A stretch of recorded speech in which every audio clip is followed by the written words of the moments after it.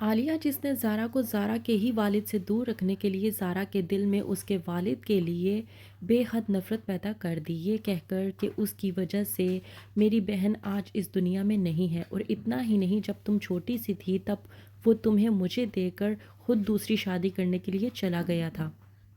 اور اب جب تم بڑی ہو چکی ہو تو وہ تمہیں مجھ سے چھین لینا چاہتا ہے۔ عالیہ جو کہ کبھی بھی نہیں چاہتی کہ زارا اپنے والد کے پاس جائے، کیونکہ زارا کے والد عدیل بہت زیادہ امیر ہیں اور عالیہ کے کہنے کے مطابق وہ زارا کو ساری زندگی روتا ہوا دیکھنا چاہتی ہے۔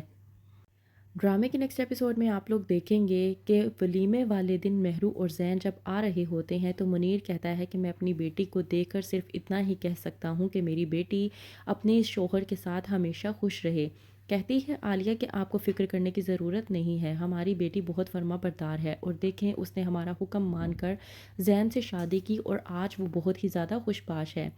منیر عالیہ کی اس بات پر بے انتہا غصے میں آ جاتا ہے، یہ سوچ کر کہ عالیہ اپنی لالچ کو مہرو کی خوشی کا نام دے رہی ہے۔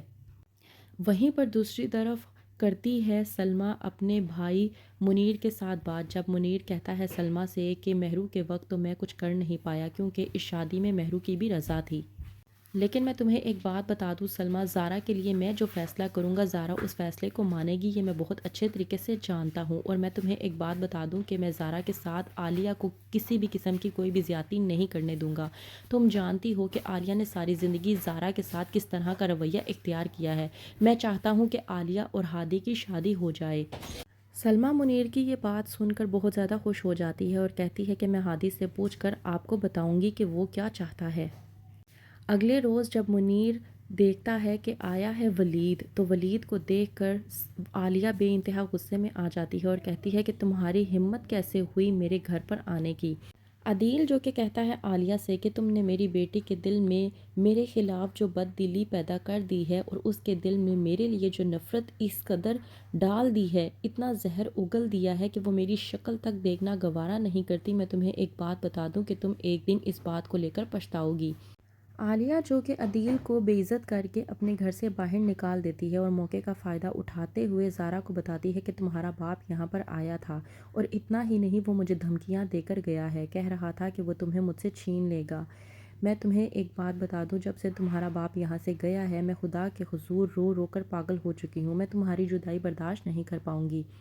زارا جو کہ عالیہ سے کہتی ہے کہ خالہ جان میں آپ کو چھوڑ کر کہیں نہیں جانے والی۔ زارا ایک بار پھر سے عالیہ کی چال میں پھنس جاتی ہے، اسے اپنی خالہ کے جھوٹے آنسو سچے لگتے ہیں اور وہ یہ سوچتی ہے کہ وہ جو کچھ بھی اس کے والد کو لے کر کہہ رہی ہے وہ بالکل ٹھیک کہہ رہی ہے۔ وہیں پر دوسری طرف مہرو جو کہ زین کا پاگل پن برداشت نہیں کر پا رہی، پہلے دن ہی وہ اکتا چکی ہے زین سے، یہ سوچ کر کہ اس نے آخرکار کیا سوچ کر زین سے شادی کی۔ جب کہتی ہے وہ ہادی کو کہ دیکھا ہے تم نے میرا محلوں جیسا گھر، اس بات پر ہادی جب مہرو کو یہ جواب دیتا ہے اور کہتا ہے کہ کیا تم مجھ سے یہ نہیں پوچھو گی کہ تمہارا شوہر کیسا ہے، وہیں پر مہرو خاموشی اختیار کر جاتی ہے اور سوچتی ہے کہ ہادی تو مجھے باتیں لگانے کی کوشش کر رہا ہے۔ وہیں پر دوسری طرف ہادی جو کہ جاب انٹرویو کے لیے جاتا ہے تو وہ اتفاق سے زارا کے والد کے پاس پہنچ جاتا ہے۔ عدیل کا آفس دیکھ کر ہادی بہت زیادہ امپریس ہوتا ہے، لیکن اچانک سے جب عدیل کے ڈیسک پر دیکھتا ہے زارا کی تصویر تو پوری طرح سے پریشان ہو جاتا ہے اور سوچتا ہے کہ زارا کی تصویر ان کے پاس کیا کر رہی ہے۔